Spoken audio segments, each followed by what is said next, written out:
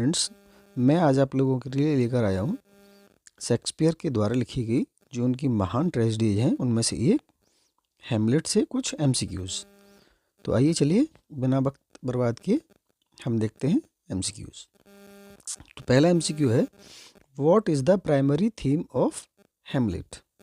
कि जो हैमलेट है उसकी थीम क्या है? Love and romance, revenge and justice, friendship and loyalty, adventure and exploration. तो इसका सही आंसर है रिवेंज एंड जस्टिस। चलिए नेक्स्ट क्वेश्चन पे चलते हैं।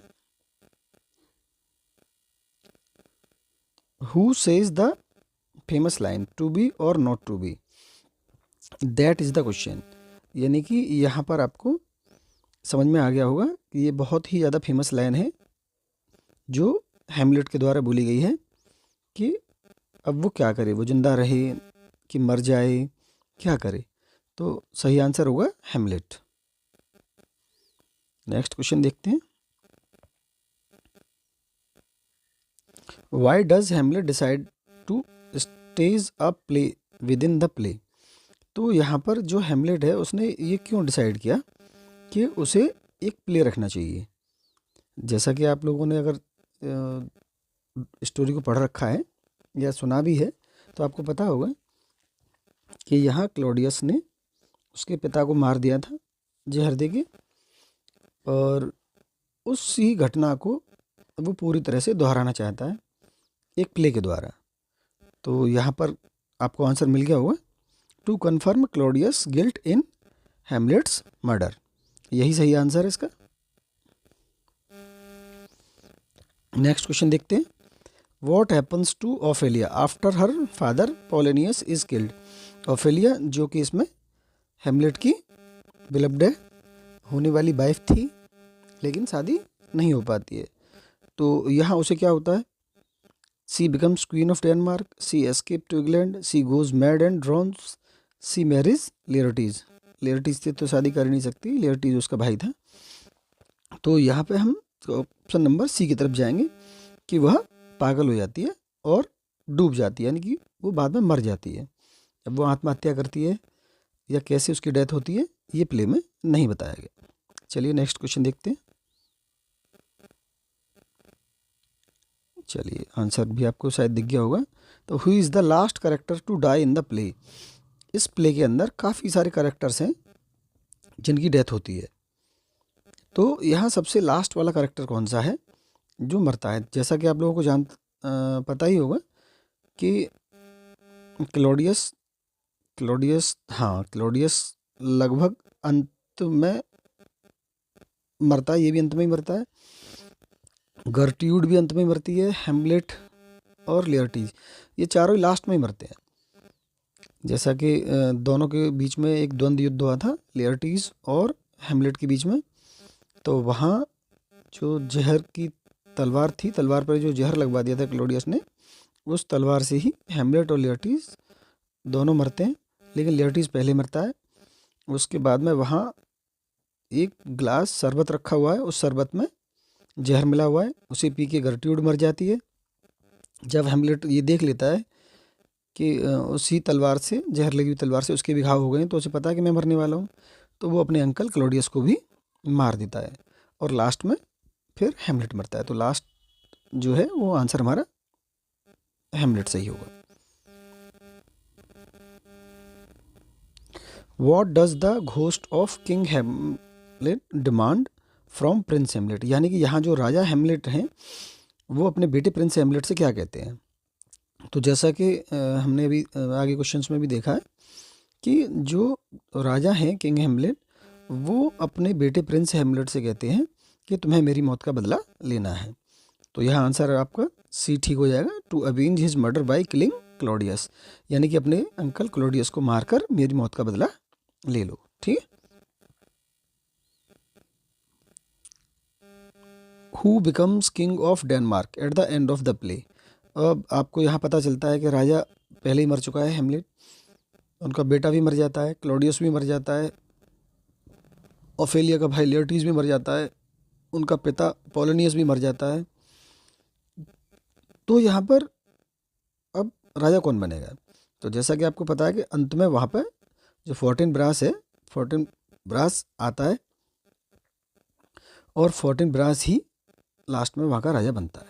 14 ब्रास वैसे यहाँ युद्ध लड़ने के लिए आया था, लेकिन जब वो देखता है कि यहाँ पे सब कुछ खत्म हो चुका है, सब लोग आपस में लड़के मर चुके हैं, तो 14 ब्रास फिर अपना रिगार्ड पे करता है हेमलेट के लिए, क्योंकि किस तरह से उसने अपने पिता की मौत का बदला लिया। लेकिन अंत में 14 ब्रास ही वहाँ का राजा बना दिया जाता है। ठीक है, लेयर्टीज तो पहले ही मर चुका है। हॉरेशियो जो कि यहाँ पे ऑप्शन सी दे रखा है, हॉरेशियो यहाँ पे मित्र है हेमलेट का, जो काफ़ी करीबी मित्र है। तो बस यही जिंदा बचता है, और 14 ब्रास जो कि लास्ट आपका आंसर है 14 ब्रास। चलिए नेक्स्ट देख लेते हैं। तो who is the name of Hamlet's closest friend. जैसा कि मैंने अभी आपको बता ही दिया, आंसर आपको मिल गया होगा कि हेमलेट का सबसे करीबी मित्र हॉरेशियो था, वही लास्ट में जिंदा भी बचता है।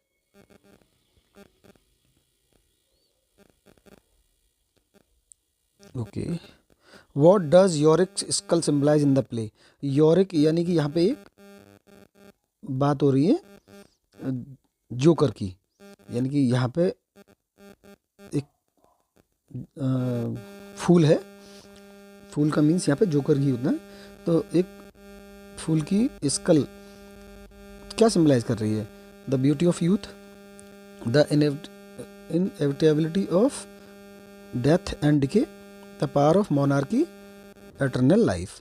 तो यहाँ पर जो सही आंसर है वो आपका है the inevitability of death and decay.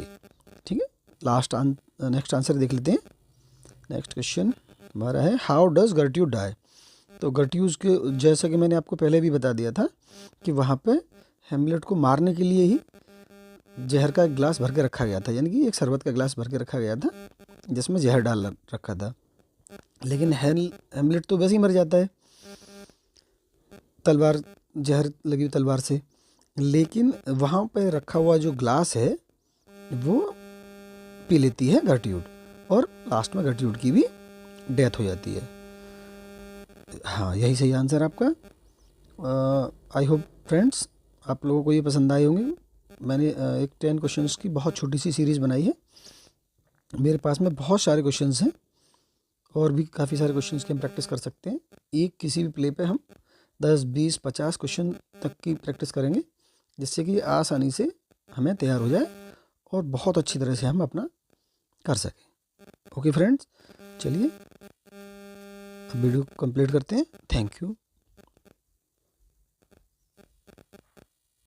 Friends. हम अब क्वेश्चन नंबर 11 से देखते हैं।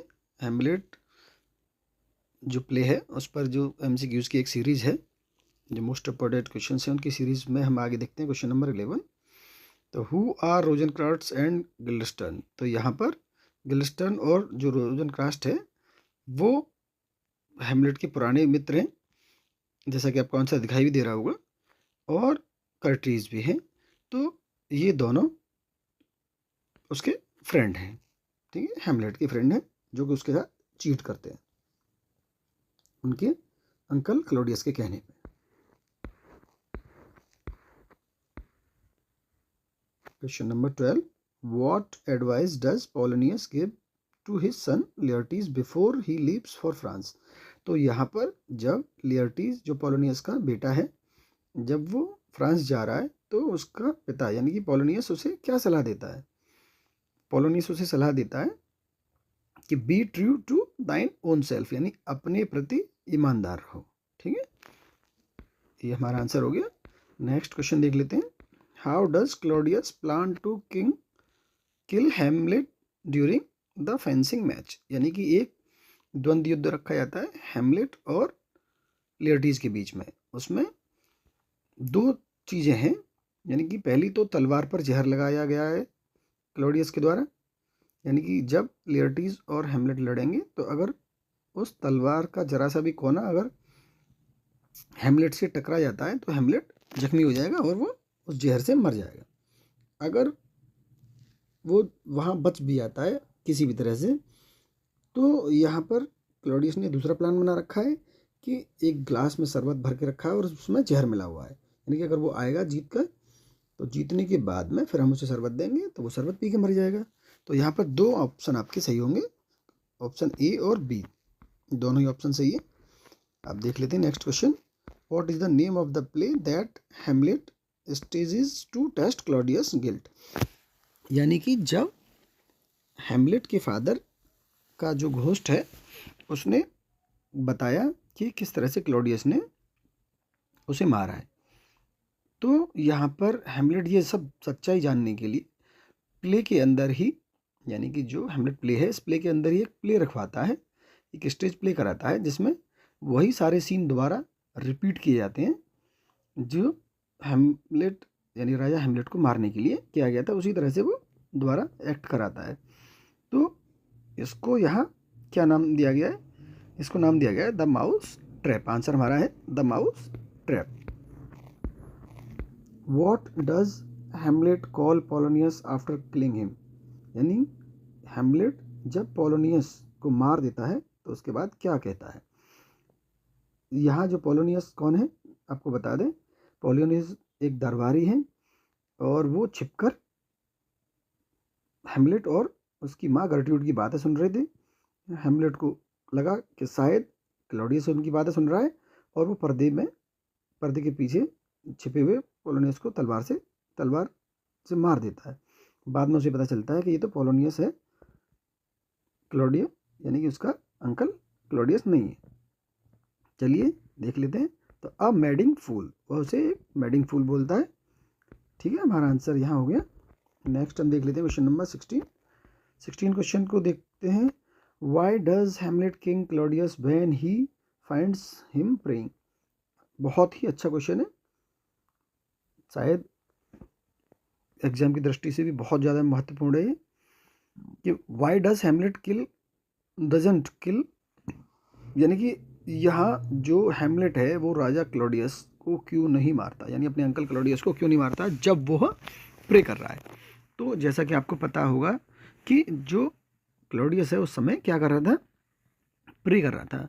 और पूजा करते हुए, प्रे करते हुए किसी आदमी को मारने का मतलब है कि उसे भगवान के चरणों में स्थान मिलेगा, यानी उसे स्वर्ग में जगह मिलेगी। जबकि हेमलेट तो नहीं चाहता ऐसा कि क्लॉडियस को अच्छा स्थान मिले, यानी स्वर्ग में जगह मिले उसे, तो वो उसे मारने से मना कर देता है, यानी कि अपने आप से ही मना कर लेता है कि उसे अभी नहीं मारेगा, सही समय आने पे मारेगा। तो आंसर आपका है he believes killing him during prayer will send Claudius to heaven. ठीक, नेक्स्ट क्वेश्चन देखते हैं। Question number 17। What does Hamlet mean by frailty thy name is women.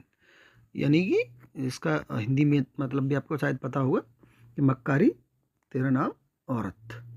यानी कि यहाँ पर क्यों उसने ये शब्द बोले हैं और किसके लिए बोले हैं, तो हेमलेट ने ये शब्द अपनी माँ के लिए बोले हैं, क्योंकि उसकी माँ ने बहुत अधिक समय तक इंतजार नहीं किया।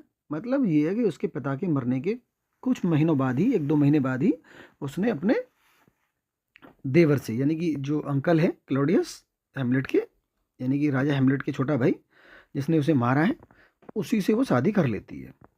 अब वो जानबूझ के करती है या अनजाने में करती है ये नहीं पता, लेकिन वो उससे शादी कर लेती है। इस बात से जो हेमलेट है वो दुखी हो जाता है, तब वो ये लाइन बोलता है। तो ही एक्सप्रेस्ड डिसअपॉइंटमेंट इन गर्ट्यूज क्विक रिमैरिज। ठीक है, नेक्स्ट क्वेश्चन देख लेते हैं। How does Hamlet escape the ship bound for England. अच्छा, यहाँ पर आपको अभी हमने बताया था कि जो पोलोनियस है, पोलोनियस हेमलेट के हाथों मारा जाता है। जब वो हेमलेट के हाथों मारा जाता है तो जो उसके अंकल हैं क्लॉडियस, वो इस समय राजा भी हैं, तो वो ये कहते हैं कि देखो यहाँ जो जनता है भड़क जाएगी, जनता के सामने तुम एक कातिल हो गई हो और जनता तुम्हारे प्रति गुस्से में है, तो तुम यहाँ से भाग जाओ। यानी वो किसी भी तरह से यहाँ से हेमलेट को भगाना चाहता है। जब वो प्लान बनाता है उसे इंग्लैंड भेजने का, और जब इंग्लैंड भेजने का प्लान बनाता है तो अभी हमने क्वेश्चन नंबर 11 देखा था ना, तो रोजनक्राफ्ट्स और गिल्डस्टन जो उसके दोनों मित्र हैं, तो उन दोनों मित्रों के साथ भेजते हैं उसे। तो यहाँ पर आंसर देख लेते हैं हम अपना। क्वेश्चन नंबर 18 का जो आंसर है वो सी है। He switches the letter ordering his execution. अब होता क्या है यहाँ पे, चलो आपको थोड़ा सा बता दूं कि यहाँ पे जो रोजेंक्राफ्ट और गिल्डस्टर्न है, इन दोनों को राजा क्लॉडियस एक लेटर लिख के देता है इंग्लैंड के राजा के लिए कि तुम जब इंग्लैंड पहुंचो तो इंग्लैंड के राजा को ये लेटर दे देना। उसमें क्या लिखा हुआ है कि जैसे ही तुम ये लेटर पढ़ो, उसे पढ़ने के बाद में तुम हैमलेट को मार देना। लेकिन जब रास्ते में जा रहे होते हैं, यानी कि शिप में जब जा रहे होते हैं, तो एक लुटेरों का एक झुंड उन पर हमला कर देता है। तो तभी वो क्या करता है, हैमलेट वहाँ पे जो लेटर है रोजेनक्राफ्ट और गिल्डेस्टर्न के पास में, उस लेटर को पढ़ लेता है और उसमें नाम किसका लिखा हुआ है, उसमें नाम लिखा हुआ है हैमलेट का। लेकिन वो क्या करता है, अपना नाम हटा के इन दोनों का नाम लिख देता है, यानी कि नाम बदल देता है। तो इस तरह से हैमलेट तो बच जाता है, लेकिन रोजेनक्राफ्ट और गिल्डेस्टर्न की मौत इंग्लैंड के राजा के द्वारा हो जाती है। ठीक है, नेक्स्ट क्वेश्चन देख लेते हैं 19। What is Laertes role in the plot against Hamlet. अच्छा, अब यहाँ लियर्टीज का क्या रोल है, तो जैसा कि आपको बता दिया कि जो लियर्टीज है वो ऑफेलिया का भाई है और पोलोनियस का बेटा है। तो पोलोनियस का बेटा होने की वजह से उसे गुस्सा है, नाराज है, वो बहुत ज़्यादा गुस्सा भरी है उसके अंदर कि उसने उसके पिता को मार दिया। उधर ऑफेलिया भी डूब के मर जाती है, यानी ऑफेलिया की भी डेथ हो जाती है। तो यहाँ वो दोनों की मौत का कारण किसे मानता है, हैमलेट को, और वो हैमलेट से बदला लेना चाहता है। ठीक है, तो यहाँ पे चलो मैं आपको डायरेक्ट आंसर ही दिखा देता हूँ। He agrees to duel Hamlet with a poisoned sword. अब ये पॉइजन्ड स्वार्ड आपको पता चल गई होगी कि जैसा कि मैंने आपको बता ही दिया पहले कि ये क्लोडिस के द्वारा किया गया था, यानी कि इन दोनों के बीच में एक द्वंद्व युद्ध रखा गया, उसमें चालाकी से क्लोडिस ने जहर लगी हुई तलवार लियर्टीज को दे दी थी। ठीक है, चलिए आपको सारी चीज़ें समझ में आ रही होंगी अच्छी तरह से। क्वेश्चन नंबर नेक्स्ट देख लेते हैं हम। What happens to Rosencrantz and Guildenstern in the play. चलो जैसा कि मैंने आपको बता ही दिया पहले कि क्योंकि लेटर में नाम दोनों के लिख दिए गए थे हैमलेट के द्वारा, हैमलेट ने अपना नाम हटा दिया, तो बहुत ही आसान है इसका आंसर, यानी बी आंसर आएगा शायद इसका। हाँ बिल्कुल सही है, they are executed in the England due to Hamlet's hand written letter. ये बहुत ही इंपॉर्टेंट क्वेश्चंस हैं और इनकी एग्जाम में आने की काफ़ी प्रबल संभावना है। ठीक है दोस्तों, आप देखें और देखकर अपने जो क्विक रिवीजन लें, और इसी तरह के क्वेश्चंस मैं आपको प्रोवाइड कराता रहूँगा। आप अगर मुझसे इसी तरह के क्वेश्चंस और चाहते हैं तो मुझे कमेंट करें, लाइक करें। Okay, thank you everyone.